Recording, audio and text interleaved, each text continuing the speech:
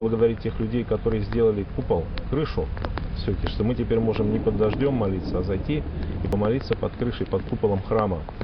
Среди тех, кто пришел в этот праздничный день помолиться в новой часовне, были не только первые лица города, но и те, кто помогал ее достраивать. Например, Сутор Рашидович Палатов, который за свои труды даже удостоился почетной грамоты Ярославской епархии, считая эту награду большой честью для себя и большой радостью, что один из главных гаврилов-ямских долгостроев последних лет наконец хоть как-то завершен и передан церкви, которой уже и предстоит доводить объект до ума. Надо довести ее, надо довести до конца, хотя она сегодня выглядит, вот слава Богу, что еще и мы успели все, вот купола ставить, все. Но я думаю, что в скором времени мы увидим в том виде, в котором мы совместно с коллективом Агат нарисовали и сделали. Кстати, Сутор Рашидович преподнес для часовни и персональный подарок – 2 подсвечника, а также 2 иконы, которые привез в Гаврилов-Ям из полыхающего войной Донбасса, где, несмотря ни на что, возводят новые храмы.